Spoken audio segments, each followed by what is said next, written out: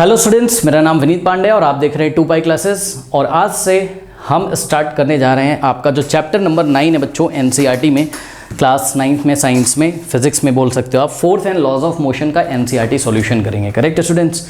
NCERT solution देखिए अब किस तरीके से चलने वाला है मैं आपको बता दूं। एनसीईआरटी सॉल्यूशन इस तरीके से चलेगा बच्चों, जैसे कि आपकी देखिए यहाँ पर जो एक्टिविटीज़ दी रहती हैं, एक्टिविटीज़ को भी हम इस प्लेलिस्ट में कवर करेंगे। ठीक है, उसके बाद यहाँ पर जो ब्लू बॉक्सेस में क्वेश्चन दिए रहते हैं, जैसे कि पेज नंबर 118 पे ब्लू बॉक्स में कुछ क्वेश्चन दिए हैं, इसको भी हम यहाँ पर कवर करते हुए चलेंगे। और जब सारे बुक की एक्टिविटीज़ और एग्जाम्पल्स और ब्लू बॉक्स में जो क्वेश्चन है उनको हम कवर कर लेंगे, तो आपके पीछे जो एनसीईआरटी एक्सरसाइज 128 पेज नंबर पर दी हुई है उसको भी हम सॉल्व करेंगे। Correct students. बट इसके पहले एक इन्फॉर्मेशन, अगर आप चैनल पे बच्चों न्यू आए हो तो हम आपको बता दें कि ये प्लेलिस्ट तो स्टार्ट करने जा रहे हैं एनसीईआरटी सॉल्यूशन का, बट इसके पहले बच्चों चैप्टर को हम बहुत ही डिटेल में पढ़ा चुके हैं। कहाँ मिलेगा चैप्टर, देखिए एक बार जरूर पढ़ लीजिए। ठीक है ना, चैप्टर कहाँ मिलेगा, पिन कमेंट में आपको चैप्टर का लिंक मिल जाएगा। ठीक है ना, मैं सबसे ऊपर भी इस प्लेलिस्ट में लिंक लगा दूंगा पिन कमेंट में, वहाँ से आपको इस चैप्टर का लिंक मिल जाएगा। तो प्लीज़ बच्चों पहले चैप्टर अच्छी तरीके से पढ़ लीजिए। वहाँ पर हमने इसकी 17 to 18 क्लासेस करी हुई हैं, सभी कॉन्सेप्ट को क्लियर किया हुआ है। अगर आप इसका एनसीईआरटी भी देखोगे, ठीक है ना, तब भी आपको हम यहाँ पर क्लियर तो सब कुछ करेंगे। ठीक है, एक बार रिवाइज तो करा ही देंगे सब कुछ, जैसे कि कोई क्वेश्चन है उसमें कोई कॉन्सेप्ट यूज़ होना है, ठीक है, कोई लॉ यूज़ होना है, तो हम सब आपको बताते हुए चलेंगे। लेकिन बहुत डिटेल में पढ़ना है तो प्लीज़ चैप्टर को फॉलो करिए। और एक चीज़ और बच्चों, force and laws of motion का एनसीईआरटी एग्जाम्पलर पहले ही अपलोड हो चुका है। ठीक है, पिन कमेंट में आपको सब कुछ मिल जाएगा। तो हमेशा दो काम जरूर किया करिए, एक एनसीईआरटी और दूसरा एनसीईआरटी एग्जाम्पलर, ये दोनों काम जरूर करने हैं। एनसीईआरटी एग्जाम्पलर जिनको नहीं पता है बता दूं बच्चों, जैसे एनसीईआरटी में एक्सरसाइज दी रहती है ना, वैसे ही एनसीईआरटी एग्जाम्पलर एक बुक होती है जिसमें बहुत सारे क्वेश्चन आपको हर एक चैप्टर के मिलेंगे। वो आपकी प्रैक्टिस के लिए सीबीएसई ने लगा रखा है, तो उसे जरूर सॉल्व करें। उसका प्लेलिस्ट भी आपको पिन कमेंट में मिल जाएगा। हर एक सॉल्यूशन को हमने बहुत डिटेल में समझाया हुआ है। ये नए बच्चों के लिए बताया है, ठीक है, पुराने बच्चों को सब कुछ पता है। और अगर आपको कोई चैप्टर नहीं मिलता है तो आप मुझे व्हाट्सअप कर सकते हो। मेरा व्हाट्सअप नंबर पिन कमेंट में दिया हुआ है 7503644171। तो बच्चों आइए स्टार्ट करते हैं। पेज नंबर 117 पे ये देखिए ये कैरम बोर्ड का एक डायग्राम बना हुआ है। इस एक्टिविटी को हम लोग समझेंगे, लेकिन उसके पहले थोड़ा सा रिवाइज कर लीजिए बच्चों। What is first law of motion? Newton का फर्स्ट लॉ ऑफ मोशन क्या है, जिसको हम क्या बोलते हैं, लॉ ऑफ इनर्शिया भी बोलते हैं। तो याद रखिएगा, फर्स्ट लॉ ऑफ मोशन के दो नाम है, क्या, फर्स्ट लॉ ऑफ मोशन और दूसरा इसको क्या बोलते हैं, लॉ ऑफ इनर्शिया। करेक्ट। चलिए, तो फर्स्ट लॉ ऑफ मोशन क्या कहता है, आपकी एनसीईआरटी कहती है, इसका डेफिनेशन बोलता है, an object remains in a state of rest or of uniform motion in a straight line unless compelled to change that state by an applied force।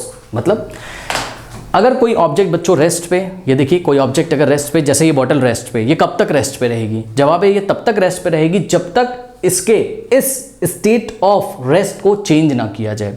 देखिए बच्चों, दो तरीके के स्टेट होते हैं फिजिक्स में, याद रखिएगा, किसी ऑब्जेक्ट के दो तरीके के स्टेट होते हैं।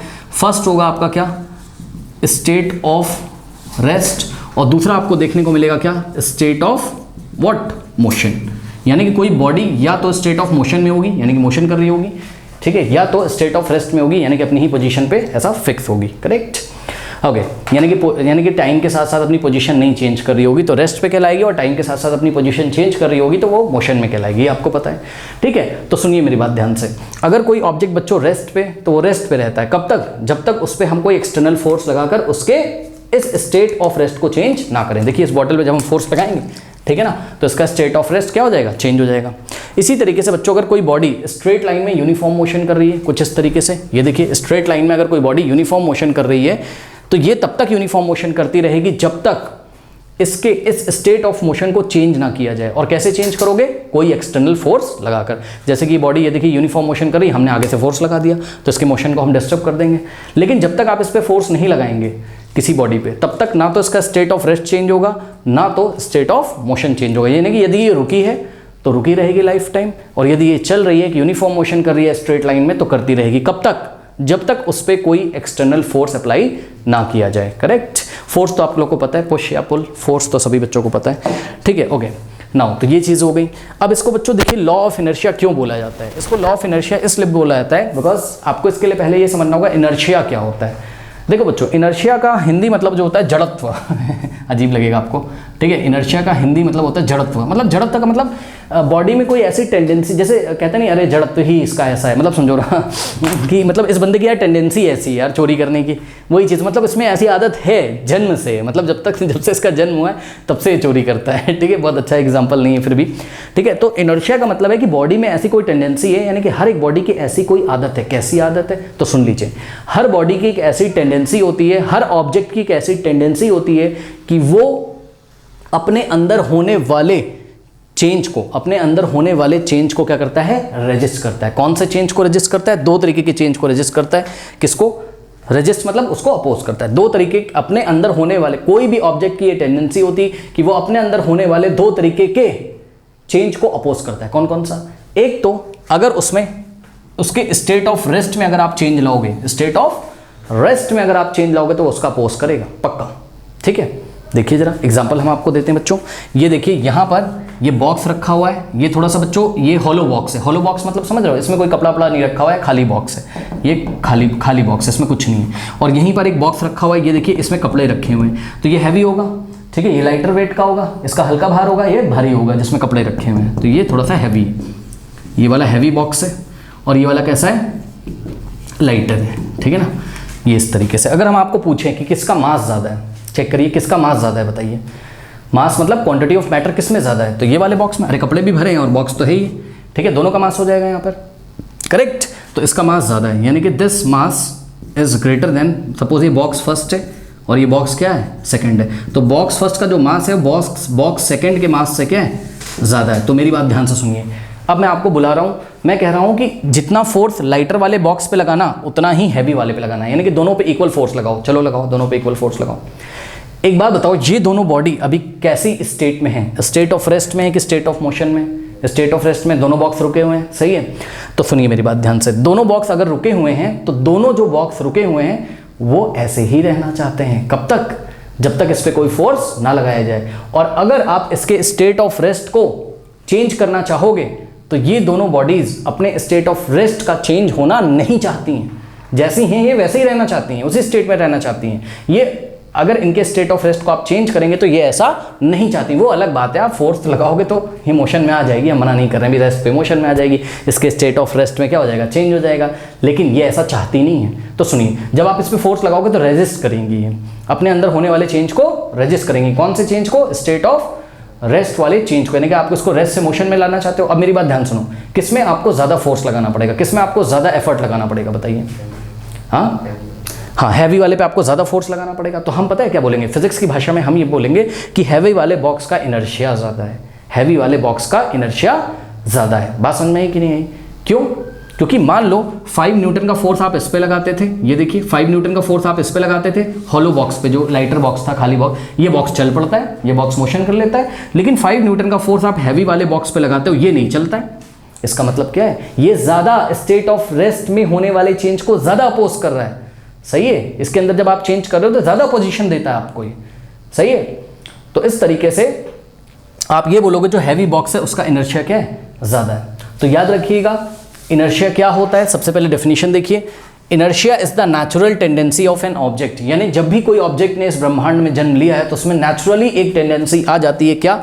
To resist a change in its state of motion or of rest, मतलब to resist a change in state of motion or to resist a change in its state of rest. या तो वो अपने अंदर होने वाले कौन से चेंज को? स्टेट ऑफ रेस्ट के चेंज को अपोज करेगा, या तो स्टेट ऑफ व्हाट?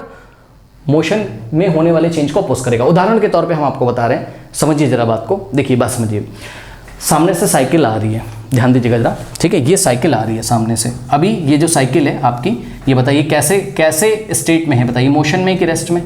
मोशन में। तो यहाँ से ये साइकिल आ रही है। और दूसरी कंडीशन देखिए बच्चों, ये एक स्कूटर आ रहा है, ये स्कूटर हैवी है थोड़ा सा, ये देखिए स्कूटर है, ये साइकिल है, ठीक, और ये आपका स्कूटर है। चलिए बताइए, आप सामने ऐसे खड़े हो जाइए, बताइए आप किसको आराम से रोक लेंगे? पहले तो ये बताओ, साइकिल और स्कूटर दोनों ही कैसे रहना चाहते हैं, बताइए? मोशन में रहना चाहते हैं। ये यूनिफॉर्म मोशन कर रहे हैं, मान लो दोनों एक स्ट्रेट लाइन में, तो ये यूनिफॉर्म मोशन करते रहना चाहते हैं। कब तक? जब तक इस पर कोई फोर्स ना लगाओ। लेकिन जब फोर्स लगाओगे तो अपने आप फोर्स लगा के क्या कर रहे हो बताओ, इसके स्टेट ऑफ मोशन को आप चेंज करना चाहते हो, लेकिन ये ऐसा नहीं चाहता है। तो कौन ऐसा ज़्यादा नहीं चाहता है? तो जवाब है स्कूटर। चेक करिए, जब आप इस पर फोर्स लगा के ऐसे रोकना चाहोगे, साइकिल को तो शायद आप रोक भी लो, बट स्कूटर को आप नहीं रोक पाओगे। हालांकि बहुत ज़्यादा कोई पहलवान हो तो रोक दे, अलग बात है, लेकिन एक मैं कॉमन बात बता रहा हूँ, साइकिल को तो आप आराम से रोक लोगे, लेकिन स्कूटर को रोकने में आपको क्या आएगी, थोड़ी सी प्रॉब्लम यहाँ पर आएगी। क्यों? फिजिक्स की भाषा में आप क्या बोलोगे? स्कूटर का इनर्शिया ज़्यादा है, स्कूटर का इनर्शिया ज़्यादा है, करेक्ट। तो स्कूटर का इनर्शिया ज़्यादा है, यानी कि अपने अंदर होने वाले चेंज को ये ज़्यादा रजिस्ट करता है। इसके स्टेट ऑफ मोशन को तुम चेंज करने जा रहे थे, इसने क्या कर दिया, उसका अपोज कर दिया। तो ये जो अपोजिशन है, जो ऑब्जेक्ट के अंदर ये जो नेचुरल टेंडेंसी है कि वो जो अपोज करता है या रजिस्ट करता है किसको, to change in its state of motion or to change in its state of rest, ये जो टेंडेंसी है ऑब्जेक्ट की, यही क्या कहलाती है, इनर्शिया, करेक्ट। तो इनर्शिया को मेजर करने का तरीका क्या है? तो जवाब है सर, जिसका मास ज़्यादा होता है उसका इनर्शिया ज़्यादा होता है। तो सभी बच्चे नोट कर लेंगे क्या, the mass of an object is a measure of its inertia. जिस बॉडी का मास जितना ज़्यादा होगा उसका इनर्शिया उतना ज़्यादा होगा, यानी कि जो हैवी बॉडी होगी बच्चों, वो अपने अंदर होने वाले चेंज को ज़्यादा रजिस्ट करेगी, चाहे वो चेंज ऑफ रेस्ट आप कर रहे हो, चाहे change of state of rest कर रहे हो, चाहे change of state of motion का आप कर रहे हो, करेक्ट। तो ये बात अगर आप लोगों को समझ में आ गई हो, ठीक है ना। अच्छा, यही रीज़न है कि आपका जो फर्स्ट लॉ है उसको लॉ ऑफ इनर्शिया भी बोला जाता है। क्यों? क्योंकि जो बॉडी जैसी है वो वैसी रहना चाहती है। अगर वो स्टेट ऑफ रेस्ट में तो स्टेट ऑफ रेस्ट में रहना चाहती है, अगर स्टेट ऑफ मोशन में तो स्टेट ऑफ मोशन में रहना चाहती है। कब तक? जब तक उस पर आप कोई फोर्स लगाकर उसे डिस्टर्ब ना करो, बस सिंपल सी बात है, ठीक है ना। चलो, तो नाउ ये बात जब आप लोगों ने सीख ली तो आप एक्टिविटी 1 की तरफ बच्चों बढ़ सकते हैं, ठीक है ना। तो एक्टिविटी 1 में देखिए आपको क्या बोलता है, फटाफट हम लोग पढ़ लेते हैं, इसमें कुछ खास है नहीं। कह रहा है कि make a pile of a similar carrom coins on a table as shown in the figure. सही है। तो बच्चों ये देखिए कैरम इनके पास, और इसमें क्या किया इन्होंने, सेम कॉइन लिए हैं, ठीक है ना। सेम कॉइन, सपोज 1 रुपीज़ का कॉइन ले लिया, या कैरम की जो कॉइन्स नहीं होती हैं, अरे कैरम की जो कैरम बोर्ड की जो गिट्टियाँ होती हैं जिसको आप बोलते हो, ठीक है ना, उसका पाइल बना लो, ढेर, एक के ऊपर एक ऐसे रख लो इसको। ये देखिए इसे रख लीजिए, ऐसे रख लीजिए, सही है। अब मेरी बात ध्यान से सुनो। फिर कह रहा है attempt a sharp horizontal hit at the bottom of the pile using another carrom coin और द स्ट्राइकर। कह रहा है स्ट्राइकर या दूसरा कोई कैरम कॉइन लो और क्या दो, एक हॉरिजॉन्टल स्ट्राइक दो। हॉरिजॉन्टल स्ट्राइक समझते हो? हॉरिजॉन्टल स्ट्राइक, ये ट्रिगर आपका, ये जो भी है क्या बोलते हैं इसको, स्ट्राइकर है, ठीक है ना। ये स्ट्राइकर है, देखो ये ऐसे जब मोशन करेगा इसको हॉरिजॉन्टल मोशन बोलते हैं। जब अर्थ के पैरेलल मोशन होता है तो उसको हम क्या बोलते हैं, हॉरिजॉन्टल पैरेलल। आपके घर की जो फर्श है ना उसके पैरेलल ही तो चलेगा ये, चेक करो ना कैरम बोर्ड यार, तुम्हारे घर की फर्श के पैरेलल ही तो रखा रहता है, तो स्ट्राइकर भी तो पैरेलल चलेगा। तो अर्थ के पैरेलल जो मोशन होंगे उसको आप क्या बोलोगे, हॉरिजॉन्टल मोशन, ऐसे आप समझ लो। तो स्ट्राइकर ये ऐसा हॉरिजॉन्टल जब मोशन करेगा तो दिमाग लगाइए जरा, बहुत दिमाग से दिमाग लगाइए बच्चों। एक बात बताइए, जब ये स्ट्राइकर आएगा, करेक्ट, तो ये स्ट्राइकर यहाँ से आपने मारा, ये स्ट्राइकर, ये देखिए ये स्ट्राइकर है, ये आके कहाँ पे हिट करेगा बताओ, सबसे नीचे वाले कॉइन पे हिट करेगा। तो सुन लीजिए मेरी बात ध्यान से, ये पूरा का पूरा पाइल कैसा था, स्टेट ऑफ रेस्ट में था कि स्टेट ऑफ मोशन में, बताइए। स्टेट ऑफ रेस्ट में था। तो ये पूरा पाइल जो पूरा ढेर है सिक्कों का, ये किस में था बताइए पहले, स्टेट ऑफ व्हाट, रेस्ट में था, सही है, ये स्टेट ऑफ रेस्ट में था। अब मेरी बात ध्यान से सुनिए, ये किस में रहना चाहता है, जवाब है स्टेट ऑफ रेस्ट में रहना चाहता है। कब तक? जब तक इस पे कोई फोर्स ना लगाया जाए। तो मेरी बात ध्यान से सुनो, इस पूरे पाइल में आपने किस पे फोर्स लगाया, तो जवाब है सबसे नीचे वाले कॉइन पे फोर्स लगाया। बाकी जो इस सबसे नीचे वाले कॉइन के ऊपर जो ये पूरा ढेर है इस पे तो कहीं पे फोर्स नहीं लगाए, तो नीचे वाला तो आगे मूव कर जाता है, ठीक है। और कई बार आप ऐसा देखोगे जब नीचे वाला ऐसा आगे मूव कर जाता है पूरा पाइल वहीं पे ऐसा नीचे बैठ जाता है। और कई सारी गिट्टियां जो होती हैं, कई सारे कॉइन्स तो गिरते भी नहीं हैं, वो ढेर लगभग ऐसा ही लगा रहता है कई बार। अब कुछ बच्चे बोलेंगे हमने तो गिरा दिया था, अरे भाई वो अलग कारण है, तुमने इतना ज़्यादा फोर्स लगा दिया था कि ये सबसे नीचे वाला जो कॉइन है ऊपर वाले कॉइन के साथ ऐसा घिसटता हुआ चला गया, तो इसने इतना ज़्यादा ऊपर वाले पे भी एक फ्रिक्शनल फोर्स लगा दिया, तो ऊपर वाले को भी प्रभावित किया, तो लेयर बाय लेयर सब प्रभावित हो, वो एक अलग बात है, ठीक है, उसकी बात हम नहीं कर रहे हैं, ठीक है, वो आप हायर क्लासेस में पढ़ोगे थोड़ा सा। लेकिन आप ध्यान दो, अगर आप ऐसा हल्का सा स्ट्राइक करो तो फोर्स कौन महसूस करता है, सबसे नीचे वाले पे फोर्स लगेगा, तो वो स्टेट ऑफ रेस्ट से किस में आ जाएगा, स्टेट ऑफ मोशन में। तो ये गिट्टी तो बच्चों ऐसे आगे निकल जाती है, स्ट्राइकर भी कहीं चला जाएगा, ठीक है, ये, और ये पूरा पाइल कहाँ जाता है, नीचे, क्योंकि दिमाग लगाओ ना, पल भर के अगर इसको स्लो मोशन में देखो तो ये पूरे पाइल के नीचे से ये वाला कॉइन ऐसे निकल गया और ये पूरा पाइल पल भर के लिए कहाँ पे लटका होगा, हवा में। सोचो, और ग्रेविटेशनल फोर्स इसको नीचे खींच लेगा।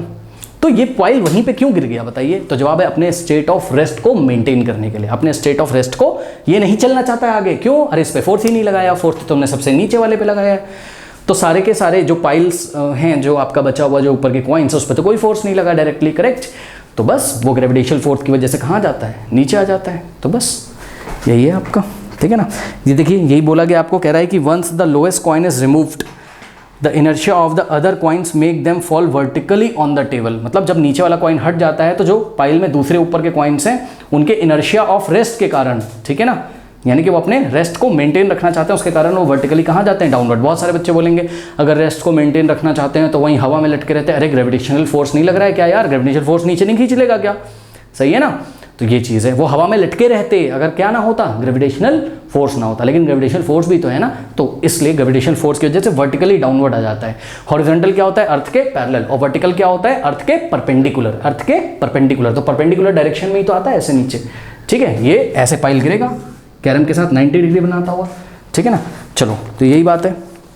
नाउ अब देखिए जरा एक्टिविटी 9.2 भी बच्चों यहीं पे लगातार आप लोग फटाफट देख लीजिए। एक्टिविटी 9.2 भी सभी बच्चे यहाँ पर देख लें। एक्टिविटी 9.2 में बोलता है set a 5 rupees coin on a stiff card covering an empty tumbler standing on a table as shown in the figure. Okay, तो बच्चों एक काम करो, ठीक है, एक कार्डबोर्ड लेके आओ, ठीक है ना, और कार्डबोर्ड को ऐसा ग्लास के ऊपर रख दीजिए, ऐसा, ठीक। कार्डबोर्ड रखना आता है ग्लास पे, कैसे करोगे? ये देखिए ये कार्डबोर्ड, अरे छोटा सा होगा तो कॉपी है, ये ऐसे रख दूँ, इसमें 5 रुपीज़ का कॉइन रखो यहाँ पर, 5 रुपीज़ का कॉइन रखो यहाँ पर, ठीक। अब इसको ऐसा फ्लिक कर दो, ऐसा फ्लिक करो, ऐसे कार्डबोर्ड को हल्का सा मारोगे ना, ऐसा। ध्यान सुनो, किसको मारा तुमने? कार्डबोर्ड को। कार्डबोर्ड के ऊपर क्या रखा था? कॉइन। कॉइन पे तो नहीं फोर्स लगाया ना, ठीक है ना। कार्डबोर्ड तो आगे निकल जाएगा, अरे थोड़ा हल्का कार्डबोर्ड लेना यार, ठीक है।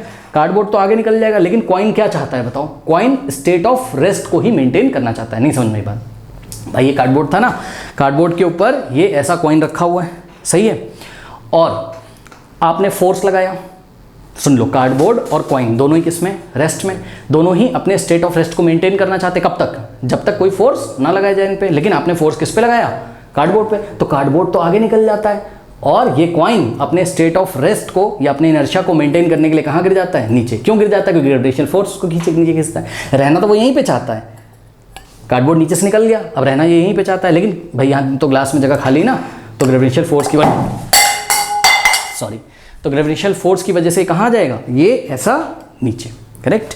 तो बात समझ में, यही सारी चीज़ें आपकी बुक में लिखी हुई हैं, ध्यान से चेक करिए।